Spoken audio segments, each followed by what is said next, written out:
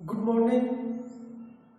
आज हम एक्सरसाइज 5.3 के अंदर क्वेश्चन नंबर 1 करेंगे और क्वेश्चन नंबर 1 के अंदर चित्र दिए गए हैं तो हम चित्र नहीं उतारेंगे बेटा। क्यों?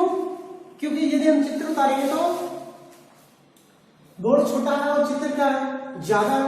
तो देखो, सबसे पहले मैं इन चित्रों की भिन्न बता देता हूँ और भिन्न बताने के बाद मैं इनको आरोही और अवरोही क्रम में समझा दूंगा आपको। देखो, सबसे पहले क्वेश्चन नंबर 1 के अंदर पहला हमें दिया गया है कि देखो, यहाँ पे चित्र दिया गया है। इसमें कितने डब्बे? 1 2 3 4 5 6 7 8। टोटल डब्बे तो कितने हैं? 8। अब देखो, छायांकित वाले कितने हैं? 2 2 4 1 5, यानी पहले आ गए 5/8। दूसरे में भी 8 डब्बे हैं, छायांकित भाग है 3। तीसरे में भी 8 डब्बे हैं, छायांकित भाग है 7। चौथे में भी 8 डब्बे हैं, छायांकित भाग है 1। और लास्ट में भी 8 डब्बे हैं और छायांकित भाग है 2। यानी इनको हमें आरोही और अवरोही क्रम में लिखना। किस में लिखना है? आरोही और अवरोही में। अब देखो, इससे पहले तो हमने ना सिर्फ संख्याओं को आरोही क्रम में लिखा था, भिन्न संख्याओं को नहीं लिखा था। जैसे पहले मैं समझा रहा हूं, हमें 3 2 4 5 इस प्रकार से दे रहा था या 1। इन्हें सबसे पहले हम अवरोही, उसके बाद आरोही में लिख रहे थे। और अवरोही तो सबसे पहले बड़ा, उसके बाद छोटा, उसके बाद छोटा, उसके बाद छोटा और लास्ट में 1। ये तो कौन सा था? अवरोही। अब कौन सा हो जाएगा? आरोही। ये वाला कौन सा कर रहा हूं? ये आरोही और ये अवरोही। इस प्रकार से करते थे। अब तो हमारे पास भिन्न में आ गया, यानी अंश बटे हर में आ गया। तो देखो, यानी जब हर क्या हो? समान हो। यानी सभी में देखो हर क्या है? समान। लगा लेना, नोट लगा के लिख लेना। जब हर समान हो तो जिसका अंश बड़ा होगा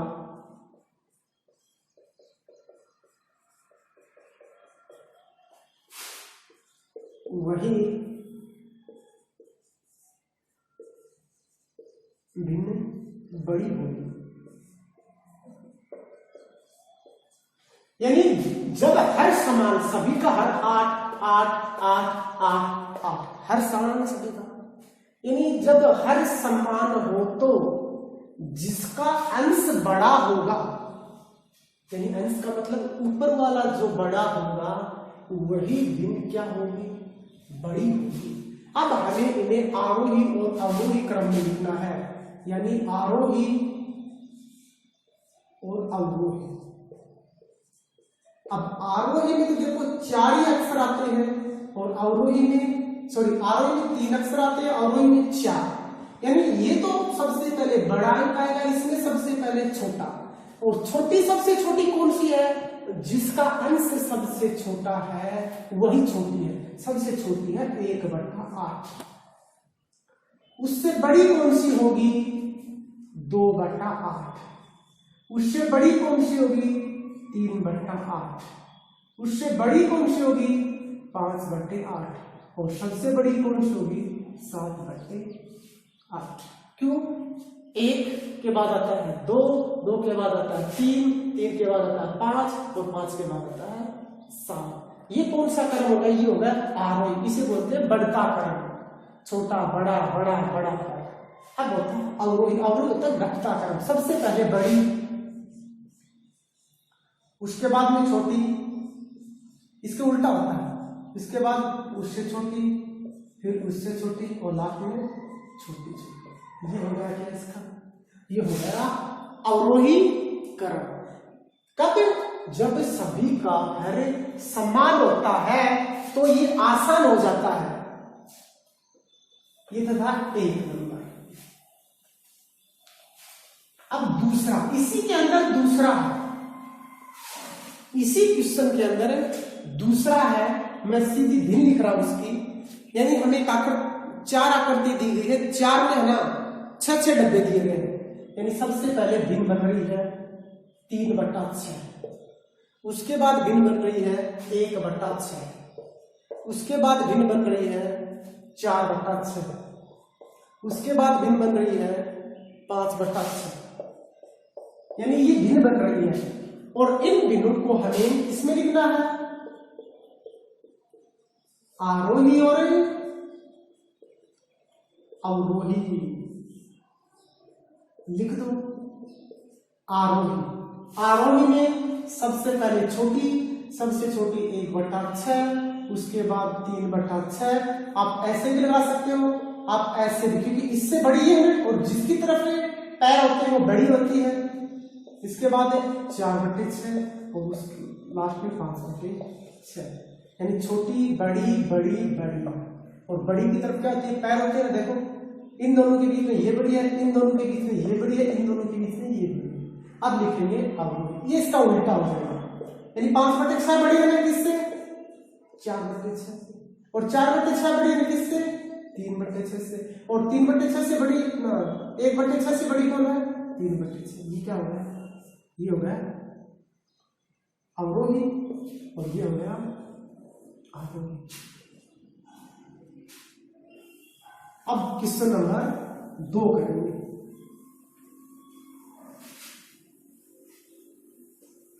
क्वेश्चन नंबर 2, और क्वेश्चन नंबर 2 में दिया गया है भिन्नों की तुलना कीजिए, यानी भिन्नों की हमें क्या करनी है, तुलना, यानी भिन्नों की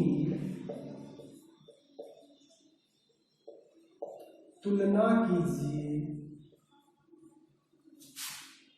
और उचित चिन्ह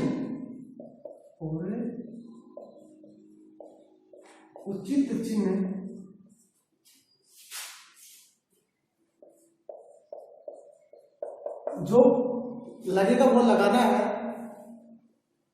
इनमें से जो लगेगा वो लगाना उचित होगा। बोलिए सबसे पहला हमें दिया गया है 5/6 और खालिस्तान 9/11। दूसरा हमें दिया गया है 3/4 खालिस्तान 1/5। इससे तीसरा हमें दिया गया है 3/5 और 3/7। अब देखो यहाँ पे न तो हर समान और न ही अंश समान। देखो न तो हर समान है और न ही अंश समान है, दोनों का हर भी अलग है, दोनों का अंश भी अलग है। इसमें भी दोनों का हर भी अलग है, दोनों का अंश भी अलग है। इसमें भी दोनों का हर अलग है, परंतु अंश क्या है, समान है। तो हम करेंगे कैसे, देखो सबसे आसान तरीका है, कैसे, तिरछा गुणा कर लो बेटा। देखो 11 को 5 से करोगे तो 11 पंजे कितना हो रहा है, इस पर छोटा सा लगा लो इसके ऊपर, और 9 को 6 को 9 से 9 6 कितना होता है, 54। फिर से देखिए तिरछा गुणा करो, 11 को तो 5 से करो, 11 पंजों 55 आ रहा है, इसको करो 6 9 54, और जिसके ऊपर बड़ा अंक आता है वही भिन्न बड़ी होती है। जिसके ऊपर बड़ा अंक आता है वही बड़ी होती है, यानी 55 बड़ा है 54 छोटा है, तो 5/6 भिन्न तो बड़ी है और 9/11 छोटी है। और कौन सा निशान लग जाएगा, ये बड़ी की तरफ टांगे होती है। अब यहां जब ऐसे तिरछा गुणा करके देख लो, 5 तिया तो कितना होता है 15 और 4 एकम कितना होता है 4, तो 15 बड़ा है तो 3/4 क्या होगी, बड़ा होगी, और 5/1 क्या हुई, छोटी हो गई, और यही निशान है। अब यहाँ पे आ जाओ, 7 तिया तो कितना होता है 21, और 5 तिया कितना होता है 15, यानी बड़ा कौन सा है 21, इसलिए यही बड़ी होगी। यानी हमने सोल्व कर दिया ना। जब हमारे पास दो भिन्न दी गई हो तो बता सकते हैं ना छोटी कौन सी होगी और बड़ी कौन सी होगी।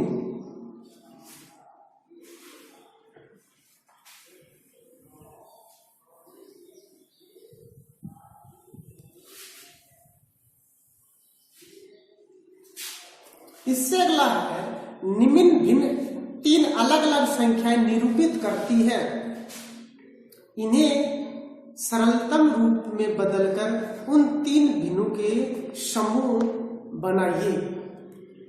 यानी हमें 12 अलग अलग भिन्न दी गई है, उनको सबसे पहले हम सरल रूप में बनाएंगे और सरल रूप में बनाने के बाद हम ये बताएंगे कि कौन कौन सी समान है।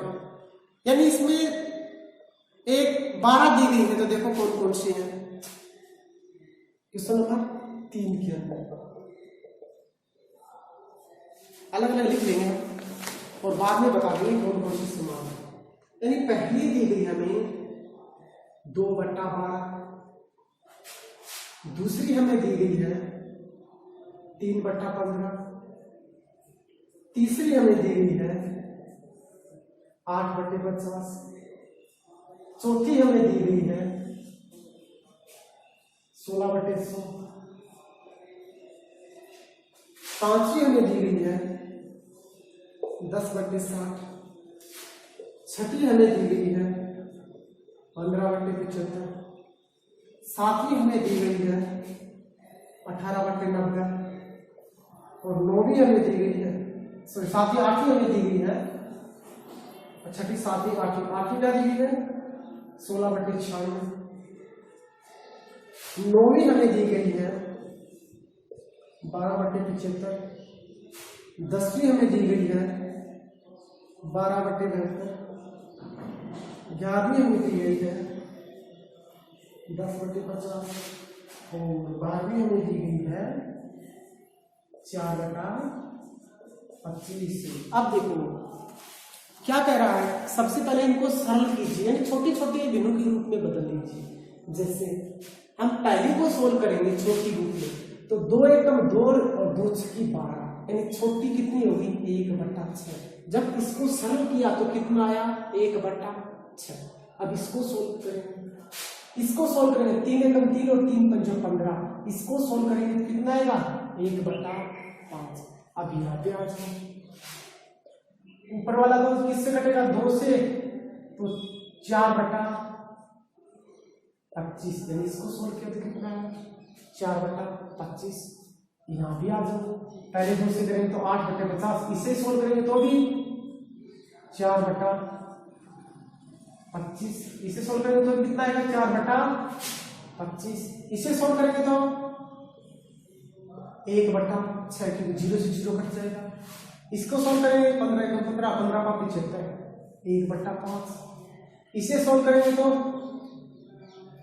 18 एकम 18, 18 90, इसे सोल्व करेंगे तो 16 छक्के 96, इसे सोल्व करेंगे तो 3 चौका 12 और 3 एकम 3 3 दूनी 6, 3 दूनी 6 25, इसे सोल्व करेंगे तो 1/6, इसे सोल्व करेंगे तो 1/5 और ये सोल्व है 4/25। तो देख लो इसमें से कौन कौन सी समान है। एक तो 1 नंबर और 1/6 और भी 1/6 है कहीं पे, एक 5 नंबर 1/6 ये है, एक 8 नंबर और एक 10 नंबर, यानी 4 भिन्न तो एक समान है, 1 नंबर 5 नंबर 8 नंबर और 10 नंबर। उससे अभी 2 नंबर, क्योंकि 1/5 है, जो काम में ये काम में आ गई, ये काम में आ गई, ये भी काम में आ गई, 1/5, यानी कौन से 36 नंबर है, 7वां नंबर है, ये भी काम में नहीं है, 11 नंबर, यानी ये 4 एक समान है और बच गई वो एक समान। अब कौन कौन सी, तीसरी, चौथी और 9वीं और 12वीं, यानी ये बतानी थी कौन कौन सी भिन्न समान है।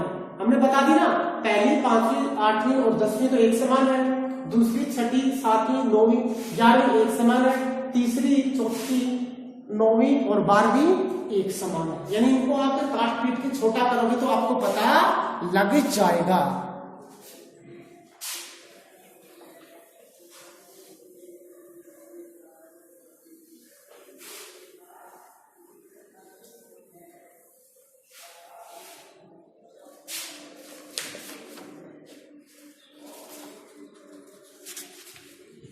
इससे अगला है, निम्न के उत्तर लिखिए और दर्शाइए आपने इन्हें कैसे हल किया। यानी हमें दिया गया है क्या 12/15 15/30 के बराबर है। कैसे हल, उत्तर लिखिए और दर्शाइए कि आपने कैसे हल किया। पहले में पूछ रहा है क्वेश्चन नंबर 4 में पहला है क्या 12/15 15/30 के बराबर है।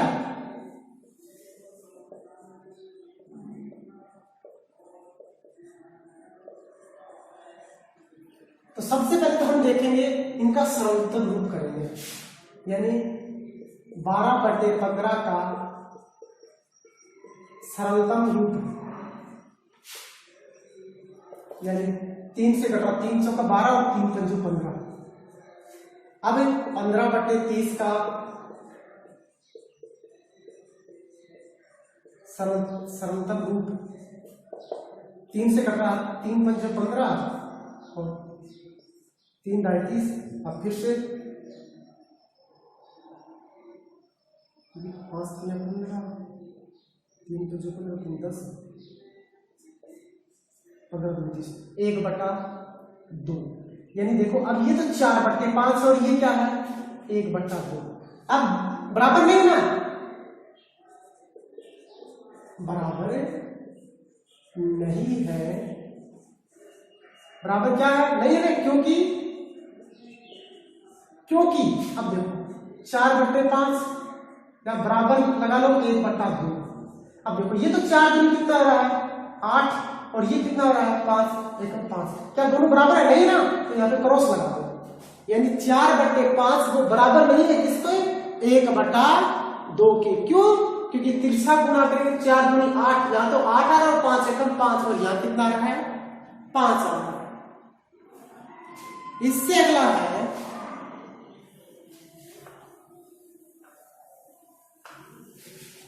क्या 3/5 9/15 के बराबर है। तो सबसे पहले 3/5 का सरलतम रूप, तो 3/5 ही रहेगा। अब 9/15 का सरलतम रूप, 3 से घटा 3 के 9 3 5 15, दोनों क्या है बराबर है ना, अतः बराबर है। क्यों, क्योंकि 3/5 और बराबर 3/5 लगाना। देखो 5 या 15 इसको सोल्व करेंगे तो भी 15 और 5 या 15 इसको सोल्व करेंगे तो भी 15, इसलिए क्या हो गई है बराबर हो गई।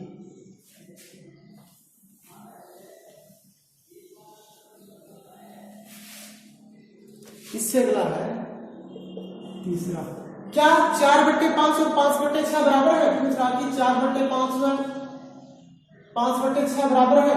देखो सरलतम रूप नहीं है ना, दोनों बराबर, ये दोनों बराबर है क्या नहीं, क्यों, क्योंकि 5/6 और बराबर का निशान लगा लो एक बार 5/6, 5 से करिए तो कितना होता है 30 और 5 से करिए क्या, अच्छा एक 4/5 है, एक 4/5 है और एक 5/6, तो 6 चौके कितना हुआ, ये तो 24 हो गए और ये पंजो 25, यानी एक पे 24 आ एक पे 25, तो दोनों क्या नहीं है ये बराबर नहीं है। इससे अगला है क्या 9/16 5/9 के बराबर है। क्या 9/16 5/9 के बराबर है, तो नहीं है ना, नहीं, क्योंकि जब इसको आप सोल्व करोगे 9/16 16 का सरलतम रूप कर लो, 9/16 का सरलतम रूप 9/16 ही रहेगा। अब 5/9 का भी कर लो, तो ये भी कितना रहेगा 5/9। अब 9/16 और बराबर 5/9 लगा लो। अब 9 नंबर की कितना हो गया 81 और 16 मंथ कितना होगा 36 80 ना। अब दोनों बराबर नहीं है तो बराबर नहीं। बस आज के लिए इतना ही।